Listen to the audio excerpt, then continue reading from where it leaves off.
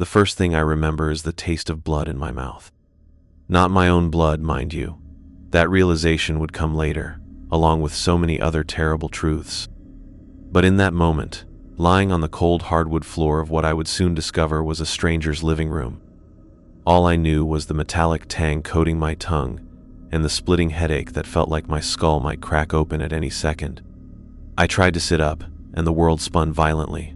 My vision blurred, then slowly came into focus. That's when I saw her. The woman was sprawled across an overturned coffee table about 6 feet from me. Her auburn hair fanned out like spilled wine against the dark wood. She wasn't moving. Her eyes stared at nothing, wide and glassy. There was so much blood, more blood than I'd ever seen in my life, dark and congealed around her head, soaking into the Persian rug beneath the table. I scrambled backward until my spine hit something solid, a couch. My hands were shaking as I pulled myself up, never taking my eyes off the motionless figure. The silence in the room was deafening, broken only by the steady tick of a grandfather clock in the corner and my own ragged breathing. I called out, my voice hoarse and unfamiliar to my own ears. "Hello? Can you hear me? Please, can you hear me?" Silence. Nothing but that relentless ticking. The living room looked like a tornado had torn through it. Furniture overturned, glass scattered across the floor like deadly confetti, picture frames smashed against the walls with their contents spilling out. Lampshades were torn, cushions ripped open with stuffing scattered everywhere. One photograph caught my eye, lying face up near my feet.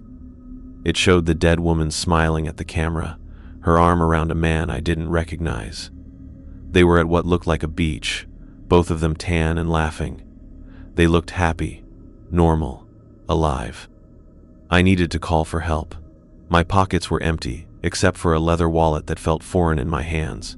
Inside was an ID with my name, Marcus Holloway. The address on the license wasn't this house. According to the plastic card, I lived on Maple Street in apartment 4B, but I had no memory of that place either.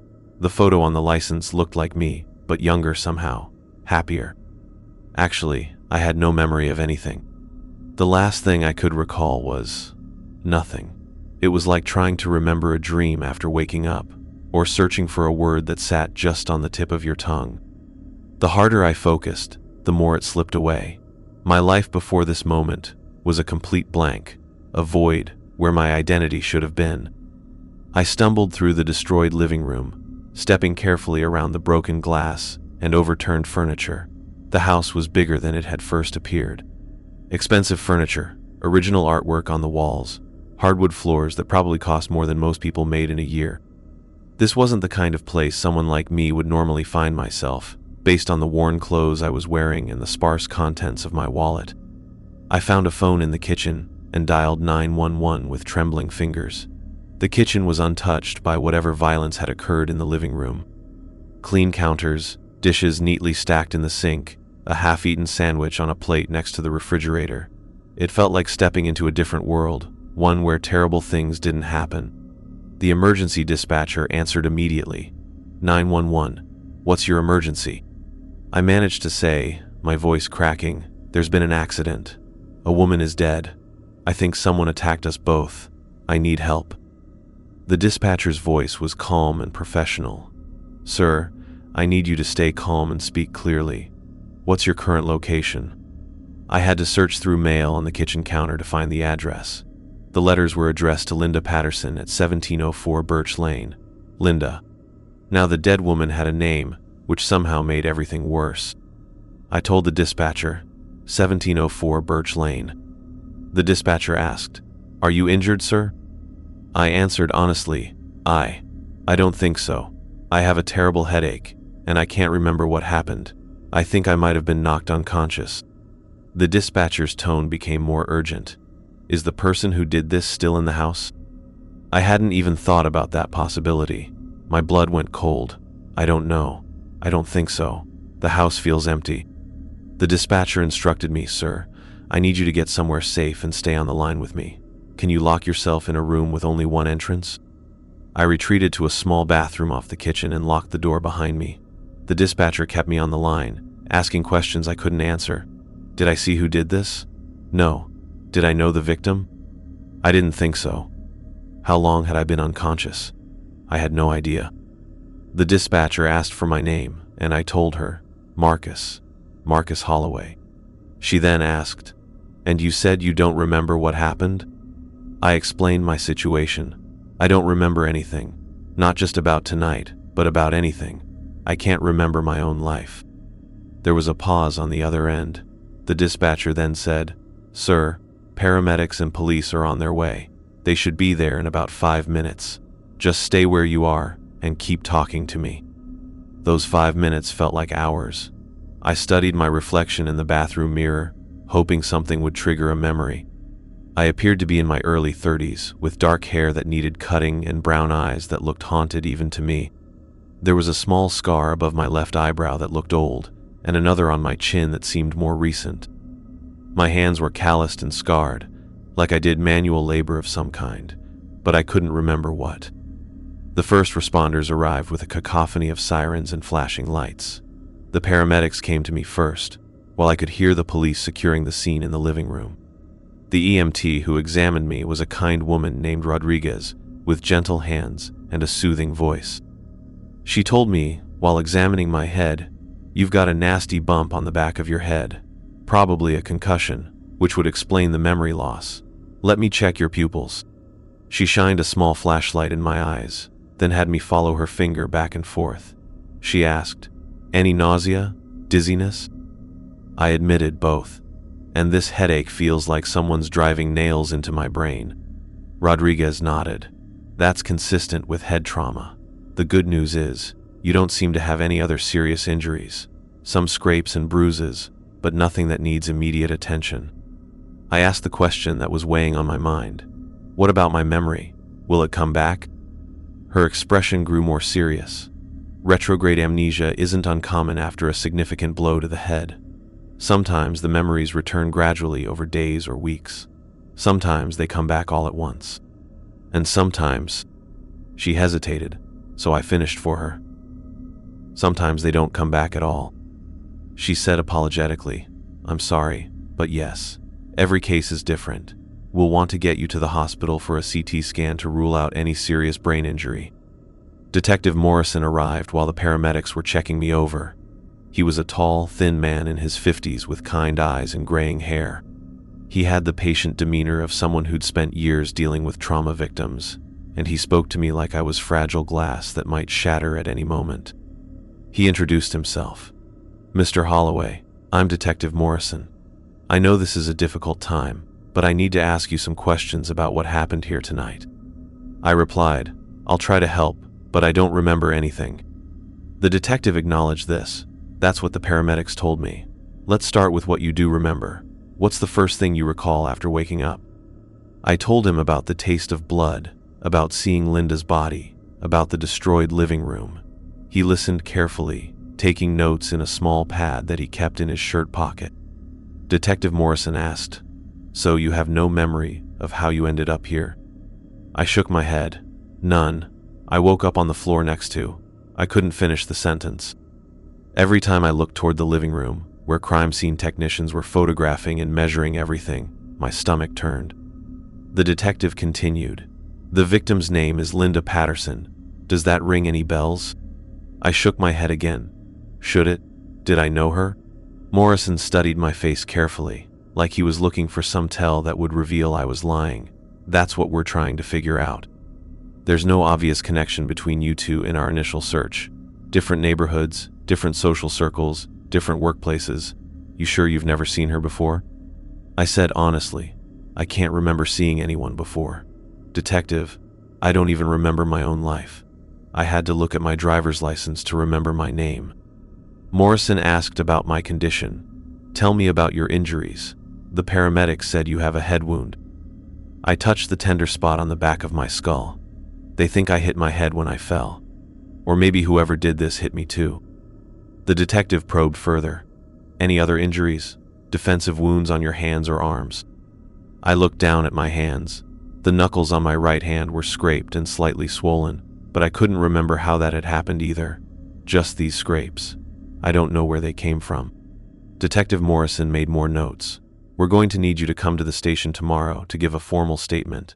Tonight, The paramedics want to take you to the hospital for evaluation. I asked the question that was nagging at me. Am I a suspect? The question surprised him. Should you be? I explained my reasoning. I don't know. I woke up at a crime scene. That seems suspicious. Morrison reassured me. Right now, you're a victim and a potential witness. Someone attacked both you and Ms. Patterson. You were lucky to survive. But was I lucky? As they loaded me into the ambulance, I began to wonder if forgetting might be a blessing. What if I'd seen something terrible? What if the images of Linda Patterson's murder were locked somewhere in my damaged brain, waiting to surface in nightmares? What if the killer had spared me because he thought the head injury would keep me from identifying him? The thought that a murderer was out there, possibly watching me, possibly planning to finish what he'd started, made me feel sick with fear. The hospital was a blur of tests and questions from doctors who seemed more interested in my brain scans than my emotional state. The CT showed some swelling but no permanent damage. The neurologist, a young resident who looked like he hadn't slept in days, explained my condition while reading from my chart. He said, in some cases, trauma-induced memory loss is permanent.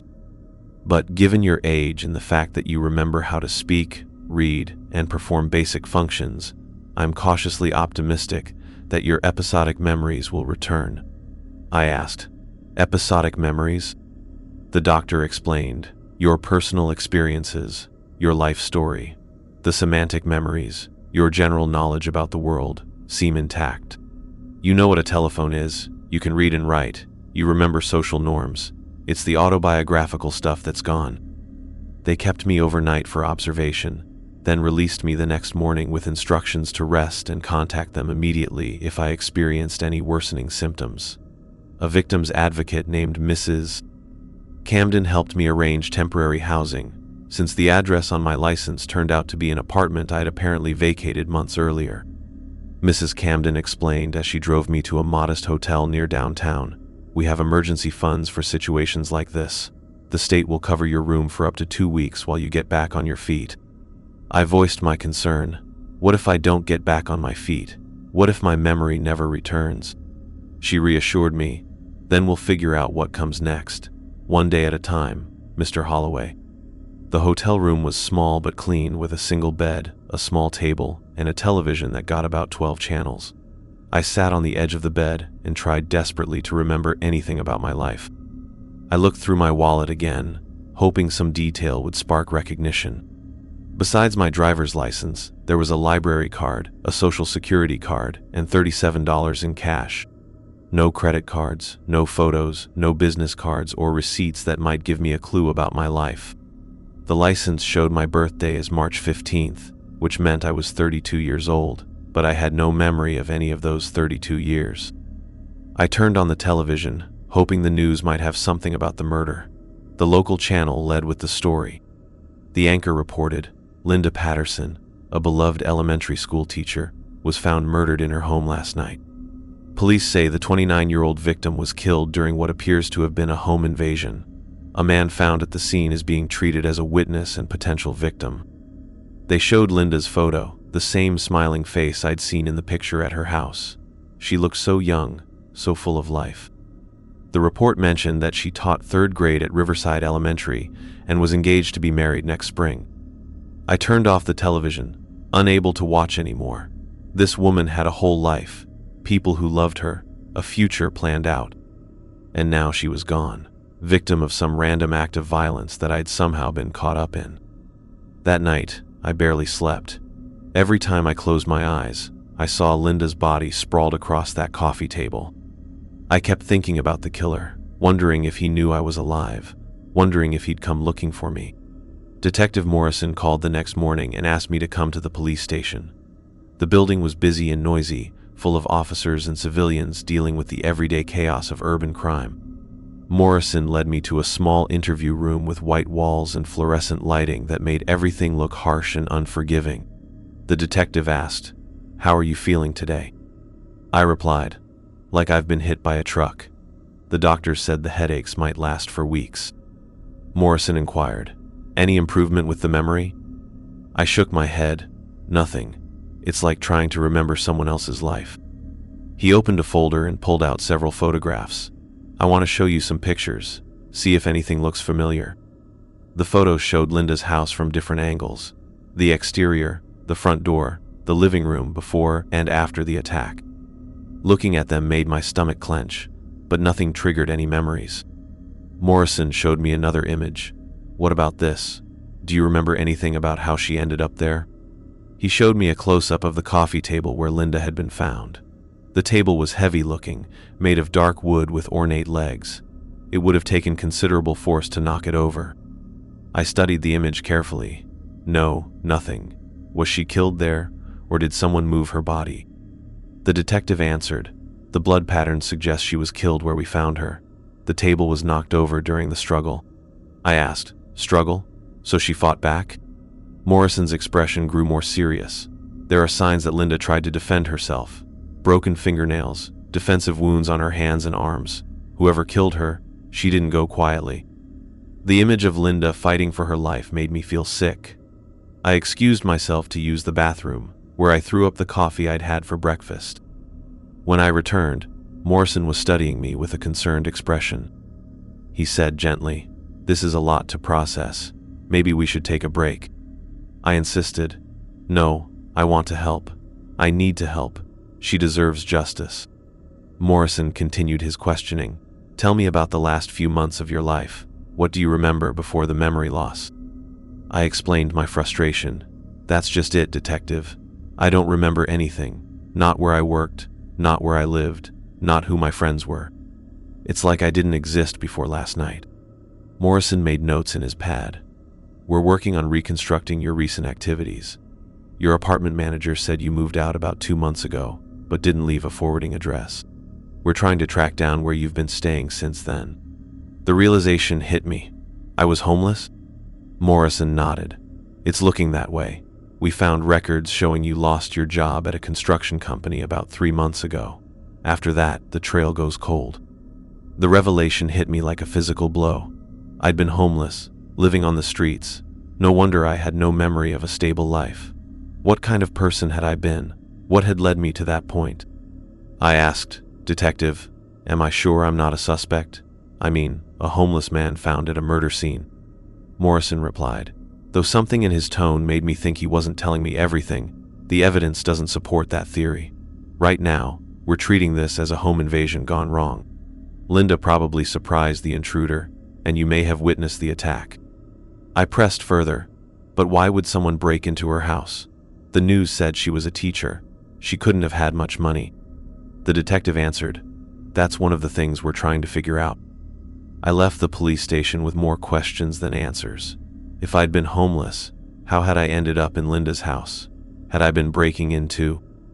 The thought made me sick, but I had to consider the possibility that I wasn't as innocent as everyone seemed to think. Over the next few days, I tried to piece together some kind of routine.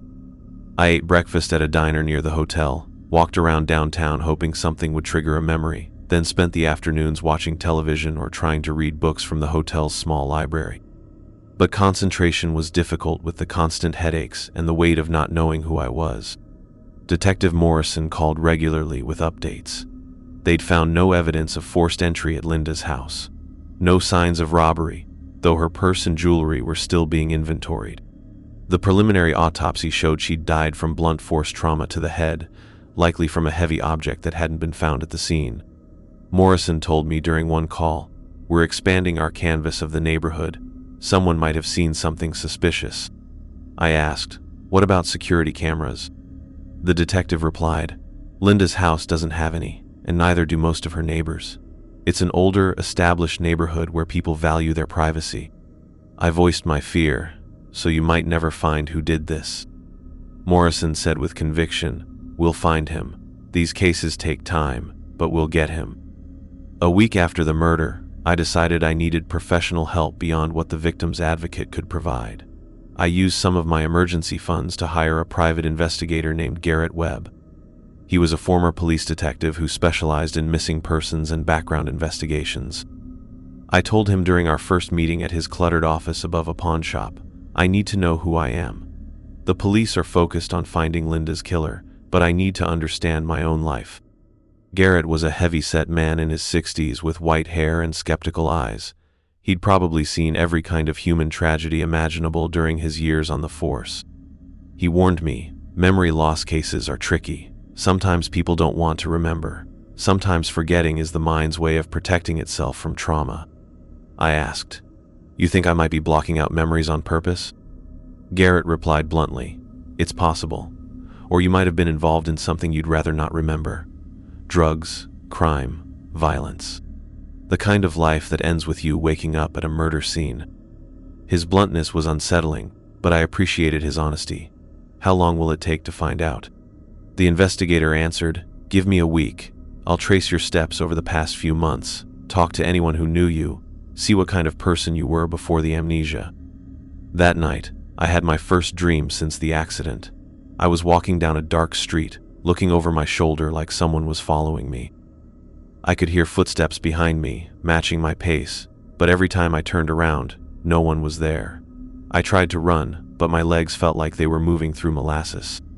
The footsteps got closer and closer until I woke up in a cold sweat.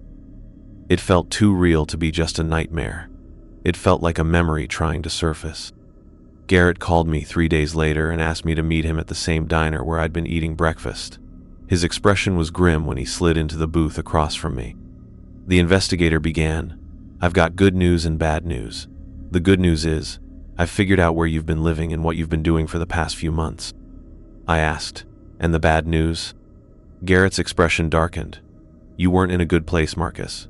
Physically, mentally, or emotionally." He spread several documents across the table. Employment records, medical records, police reports. The story they told was depressing and disturbing. Garrett explained, "You lost your construction job in March after showing up to work intoxicated. Your supervisor said you'd been acting erratic for weeks before that. Paranoid, aggressive, talking about people following you." I asked, "Following me?" The investigator nodded. "That's what your coworkers said.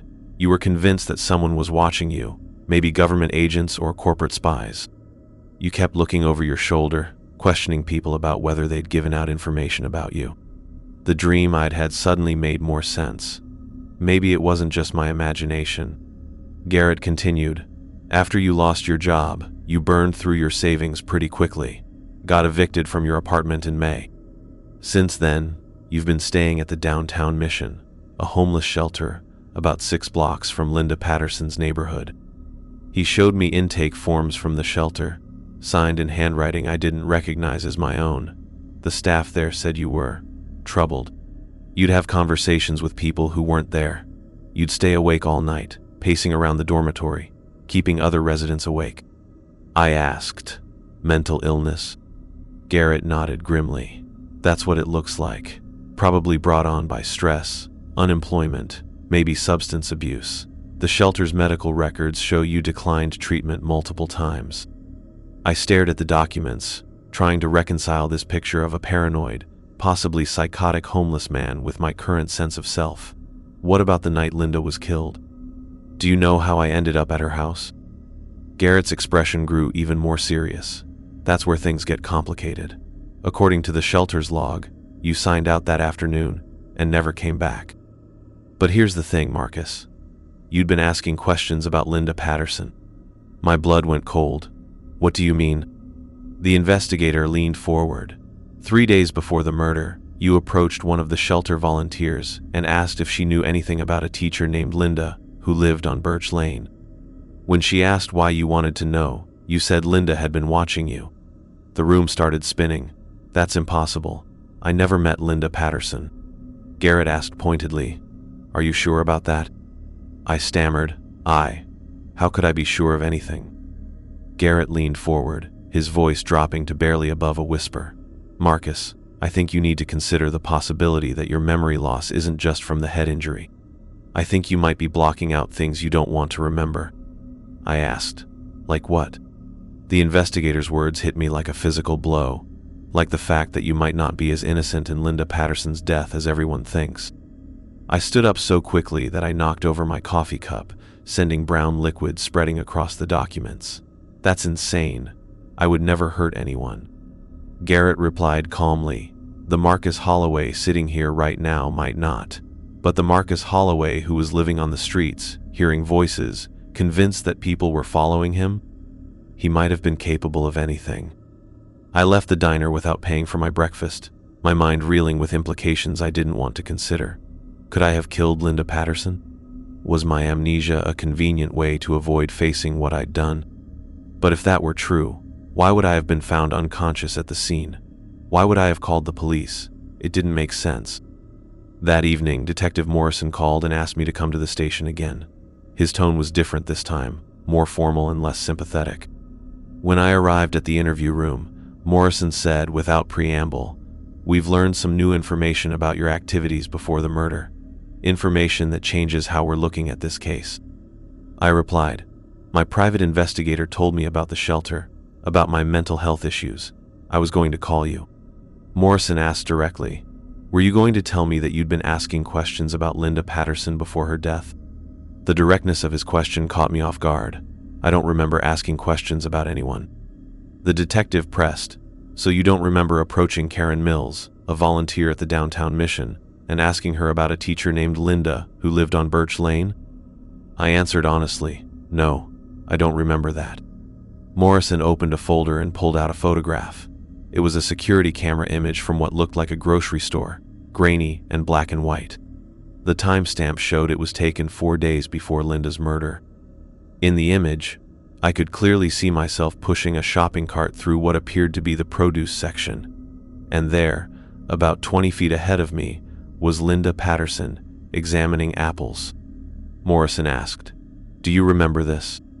I stared at the photo, trying to summon any recollection of being in that store, of seeing Linda. Nothing.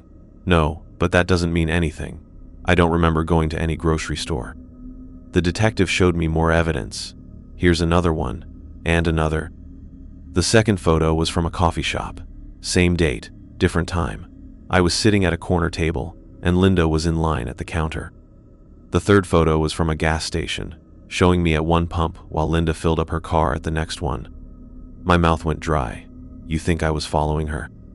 Morrison stated flatly, "That's exactly what I think, and I think your memory loss is awfully convenient." I insisted, "Detective, I swear to you, I don't remember any of this. If I was following her, I don't know why. Maybe I was confused. Maybe the mental illness made me think I knew her." The detective's accusation was direct. "Or maybe you were stalking her with the intention of harming her." The accusation hit me like a punch to the gut. "You're saying I killed Linda Patterson?" Morrison replied, "I'm saying the evidence is pointing in that direction." He showed me more photos, more security camera footage. Me at a hardware store, purchasing items I couldn't identify. Me walking past Linda's house at different times of day. Me sitting on a park bench with a clear view of her front door. Morrison slid a receipt across the table. "This is from the hardware store. You bought a flashlight, rope, and duct tape 2 days before the murder." I studied the receipt, which was signed in handwriting that looked like mine, but felt foreign. I don't remember buying any of those things. The detective continued, "We found the flashlight in your backpack at the shelter. The rope and duct tape are still missing." I was confused. My backpack? I had a backpack? Morrison pulled out an evidence bag containing a spiral notebook with some very interesting contents. Care to explain this? Through the clear plastic, I could see pages covered with handwriting. My handwriting. Morrison opened the bag and flipped through the notebook, showing me page after page of observations about Linda Patterson. Morrison began reading from one entry, July 10th. Subject left house at 7:45 a.m., drove to school. Took usual route down Elm Street. July 12th. Subject stopped at pharmacy after work. Purchased prescription medication, possibly birth control. Stayed inside for 12 minutes. My hands were shaking as I listened to him read. The entries went on for pages, documenting Linda's every movement with obsessive detail. Morrison continued reading. July 15th. Subject met with male friend at restaurant on 5th Street. They appeared intimate, possible romantic relationship. Followed them to his apartment on Oak Drive. He looked up at me. "You were stalking her, Marcus, for weeks." I protested. "I don't remember writing any of that." Morrison explained, "The handwriting analysis confirms it's yours. But here's the really interesting part." He flipped to the back of the notebook and read the final entries. July 20th. Can't take it anymore. She knows I'm watching her. Keeps looking over her shoulder, changing her routes. Think she might call police soon. Have to do something before she ruins everything. I felt like I was going to throw up. I didn't write that. Morrison continued reading. July 21st. Followed subject home from work. She looked right at me in her rearview mirror. She knows. Tomorrow I'm going to confront her, find out why she's been watching me. I questioned the logic. This doesn't make sense. If I thought she was watching me, why was I the one following her? Morrison explained matter-of-factly, because you were having a psychotic break. The people at the shelter said you were convinced everyone was spying on you. Somehow you fixated on Linda Patterson and decided she was the center of the conspiracy. The final entry in the notebook was dated the day of the murder. Morrison read it aloud. July 22nd. Tonight it ends. I know where she lives. I know her schedule. When she gets home from dinner, I'll be waiting, going to get the truth out of her once and for all. I stared at the words, written in my own hand, planning Linda Patterson's confrontation and, ultimately, her death. I said quietly, I want a lawyer. Morrison replied, that's probably a good idea. Marcus Holloway, you're under arrest for the murder of Linda Patterson.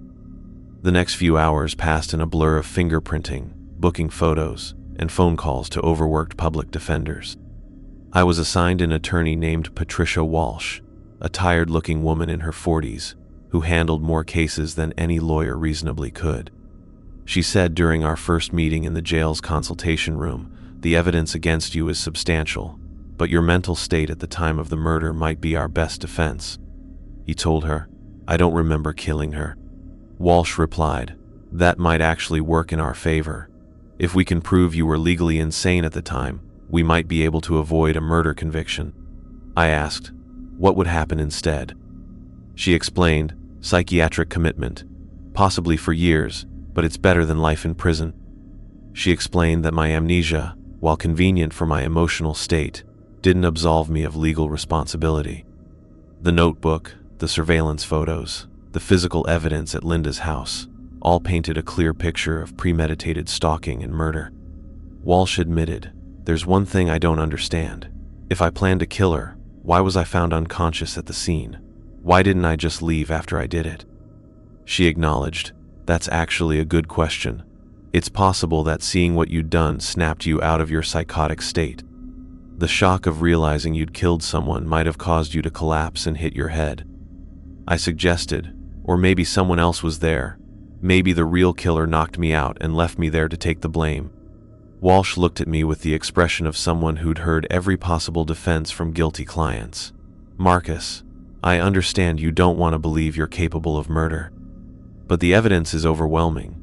Our best strategy is to focus on your mental illness, not to try to claim innocence. That night, lying on a thin mattress in a county jail cell, I tried once again to remember the murder. I closed my eyes and concentrated, trying to push past the wall of amnesia that separated me from the truth. And slowly, fragments began to emerge. I remembered walking down Birch Lane in the dark, my heart pounding with nervous energy. I remembered standing outside Linda's house, watching lights move from room to room as she went about her evening routine. I remembered feeling angry, so angry that my hands were shaking. But why had I been angry? What had Linda Patterson done to deserve my rage? More memories surfaced over the following days. I remembered following Linda for weeks, convinced that she was part of some vast conspiracy against me. Every time she looked in my direction, every time she changed her routine, it had confirmed my paranoid suspicions. In my diseased mind, Linda Patterson had become the symbol of everything wrong with my life. She represented the forces that had driven me from my job, my home, my sanity. She was the enemy that needed to be confronted. The trial began 6 months after I'd awakened in Linda's living room. The prosecution, led by District Attorney Robert Chen, painted me as a dangerous predator who'd stalked and murdered an innocent woman.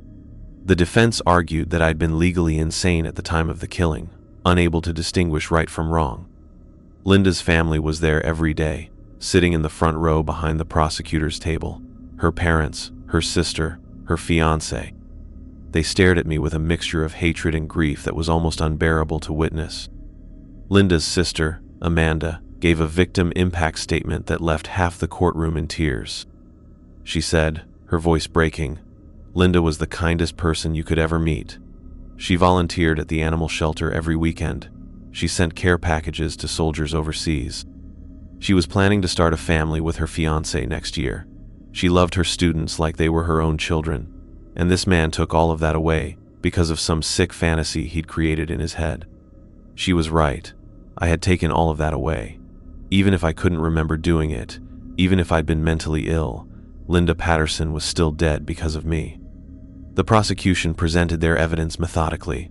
The surveillance photos showing me following Linda, the notebook documenting my obsession with her daily routine, the physical evidence placing me at the scene of the murder.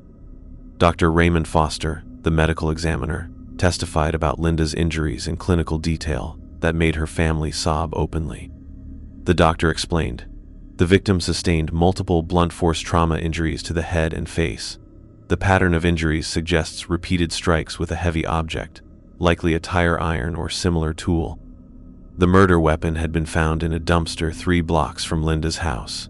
My fingerprints were on it, along with Linda's blood." The defense called several mental health experts who testified about my psychological state at the time of the murder. Dr. Amanda Foster, a psychiatrist who'd evaluated me extensively, explained how severe paranoid delusions could drive someone to violence.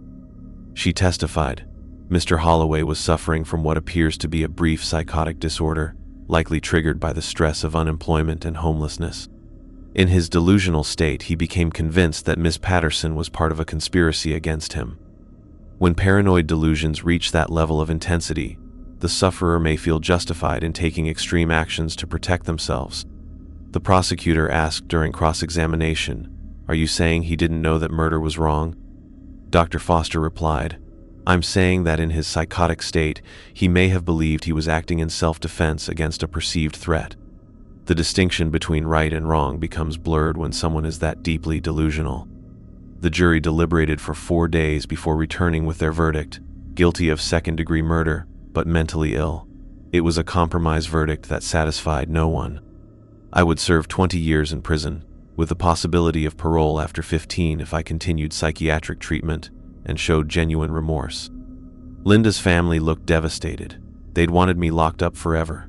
My attorney seemed relieved that I'd avoided a first-degree murder conviction, but I felt nothing. Just numbness, and a hollow ache where my memories should have been. During the sentencing hearing, Judge Harrison allowed Linda's family members to address me directly. Her father spoke first, his voice shaking with grief and rage. "You took away the most precious thing in our lives. Linda was our baby girl, our pride and joy.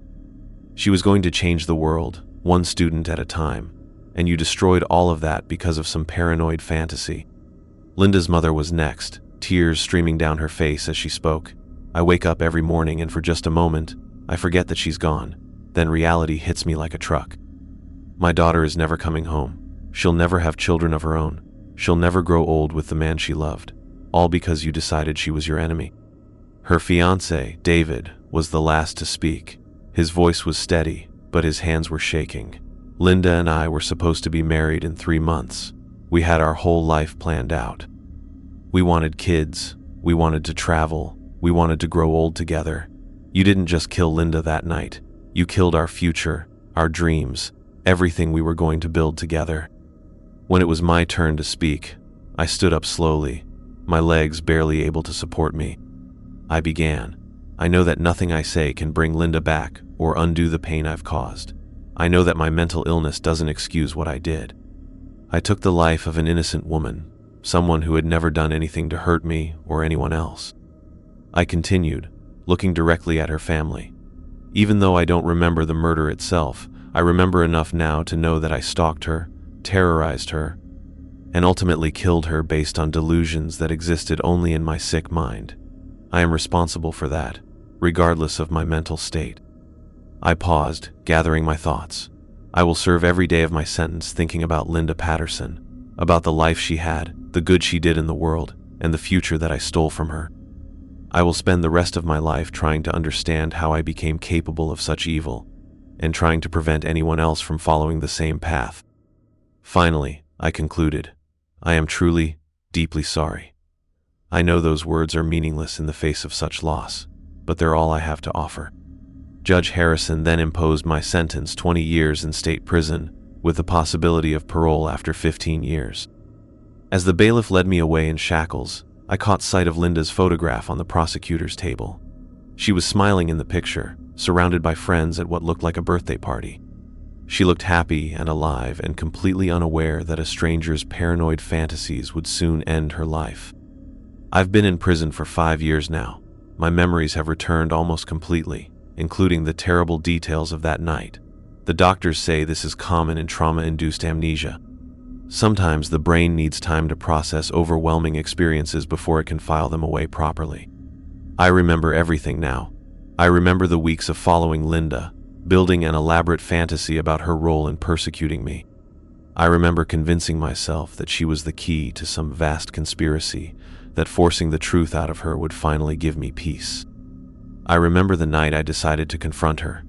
I had hidden a tire iron in her garage earlier that day, planning to use it to intimidate her into confessing her role in the surveillance I believed she was conducting. I remember waiting in the shadows as she returned home from dinner with friends.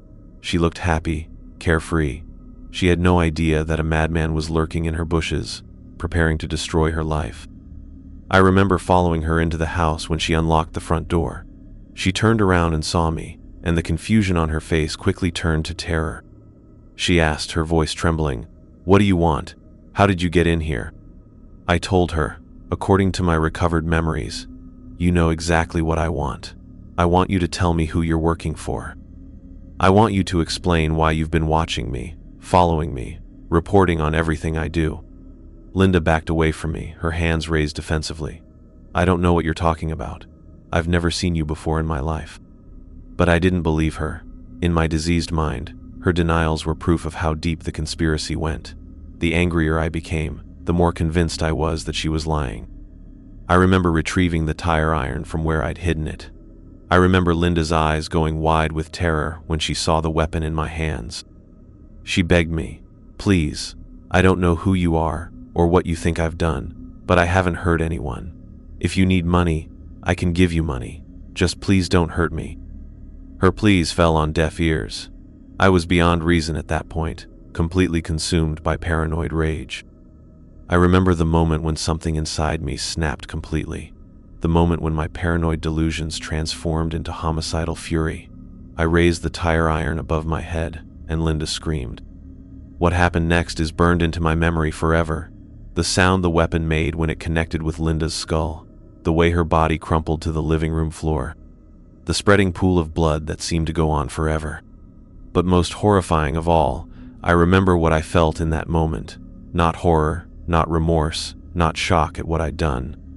I felt satisfaction, relief, like I'd finally accomplished something important. In my psychotic state, I believed I'd struck a blow against the forces that had been tormenting me. I thought I'd won some kind of victory.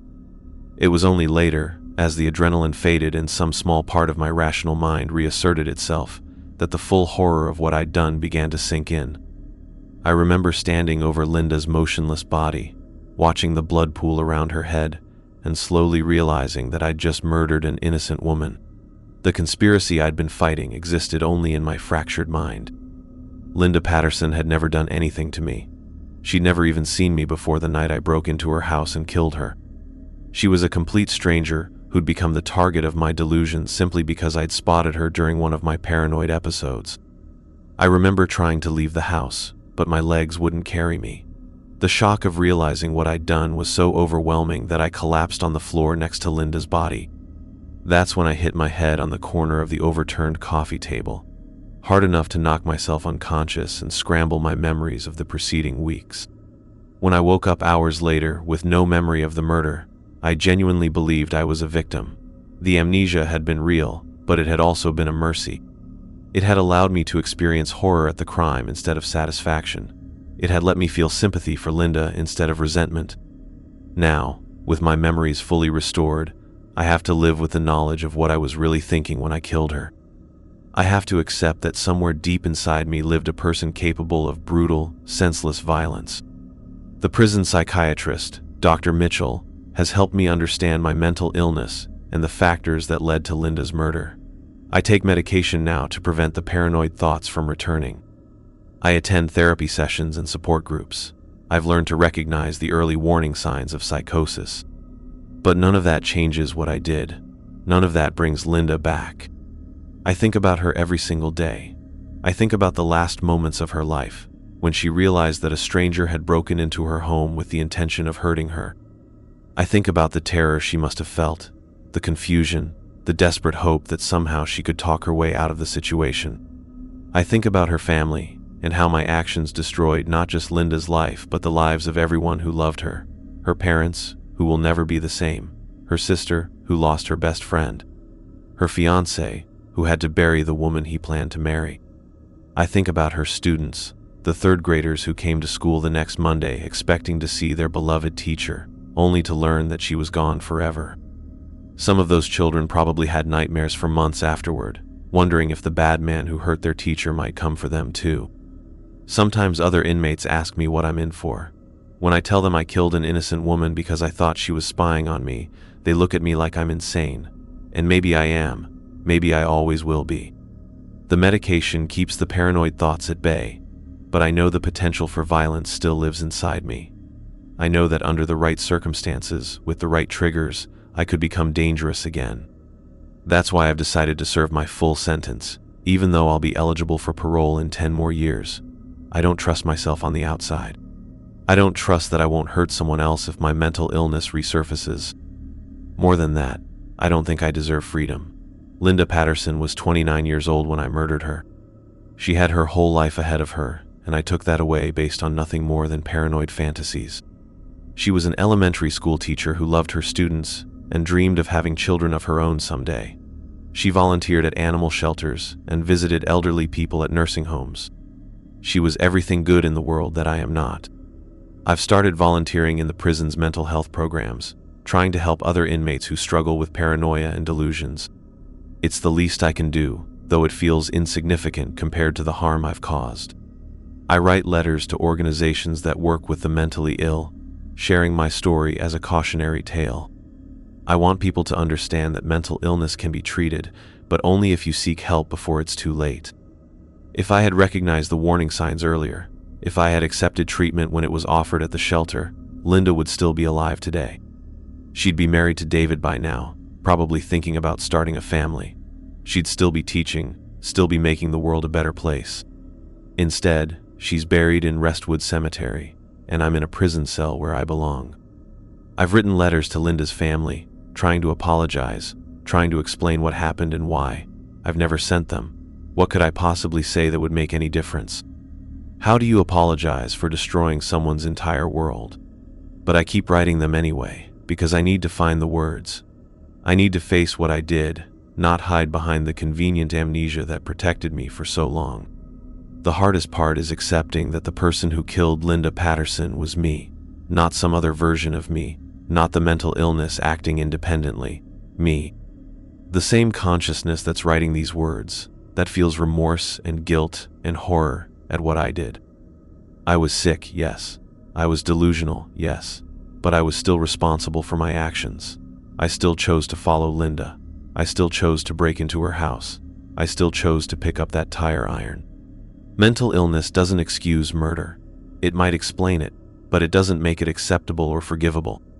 I think about Linda's last words, begging for her life, offering me money if I would just leave her alone. She died afraid and confused, murdered by a stranger for reasons that existed only in his twisted mind. That stranger was me. I think about the moment I raised the tire iron, the moment when I made the final, irreversible choice to end her life. In that instant, I wasn't just mentally ill, I was evil. The doctors tell me that evil might be too strong a word, that I was acting under the influence of severe delusions, but I was there. I remember the satisfaction I felt when Linda stopped moving. I remember feeling like I'd accomplished something important. That wasn't mental illness. That was something darker, something that lives in the human heart and only needs the right circumstances to emerge. I've had 5 years to think about what I am, what I was, what I might become. I've concluded that I'm a man who was capable of unspeakable evil when his mind was broken, and who might be capable of it again if the right triggers align. That's why I can never be trusted with freedom again. That's why I belong in this cage, and why I'll stay here even after the state says I've paid my debt to society. Some debts can never be fully paid. Linda Patterson deserved to live a long, full life surrounded by people who loved her.